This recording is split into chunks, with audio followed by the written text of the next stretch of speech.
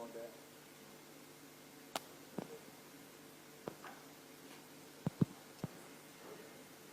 You can use whatever. Hello, Gladys. Thank you, Excellency. Let me thank you for leading all of us to leave NATO, which is not the North Atlantic Treaty Organization, but no action, talk only. And so we are very happy that we've now moved with the KIPES. And when this came up in Naivasha, Your Excellency, we said this is what we've been doing. You met us where we were going in terms of getting our industrial parks together. So I think that's a step in the right direction. Now, speaking about cotton and the cotton value chain, I think what we need, as you said correctly, is the correct seeds. In Homa Bay, for example, we've now, using the NARIG money under the World Bank, mobilized farmers in their cooperatives and supported them. But now, we've now registered over 12,000 farmers with about 15,000 acres of land.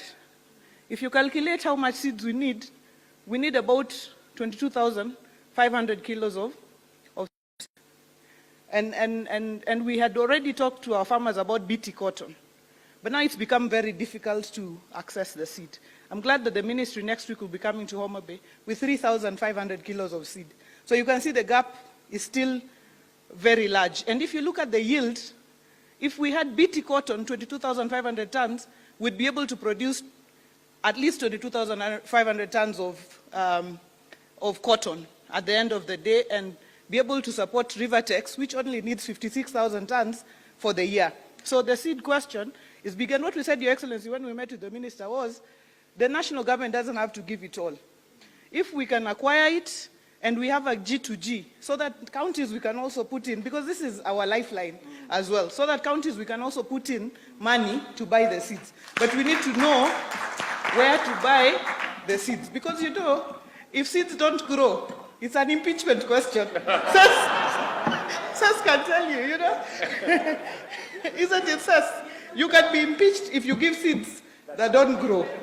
So that's a very important question there. So if we can get it from government, we'll know it will be certified seeds that if we give will grow. And of course now following that will be the issue of pesticides and just farmer education going forward. And then there's the issue of ginning. And I think the private sector brought it out. When Homa Bay farmers grow seeds, they are ginned in Salawa, in Baringo. So now, you know, seeing is believing. We know we are faith people. Faith is, you know, believing in things hoped for, but people want to see. If I know this is my ginnery, I will take it there. So I think the issue of ginnery is big. I want to leave that at that. And then speak briefly about edible oils. Your Excellency, I know you've spoken about Busia and we are working there, but do you know that 80% of Kenya's Lake Victoria is in Homa Bay? The other 4 counties share 20%. So when it comes to palm oil, last week, together with the private sector, we were in Uganda. We saw what they've done in terms of growing palm oil. Your Excellency, I haven't slept since I came from Uganda because I'm thinking, where am I going to get the land to put together farmers? Because you can't get 100,000 acres of land or 50,000 that is out there.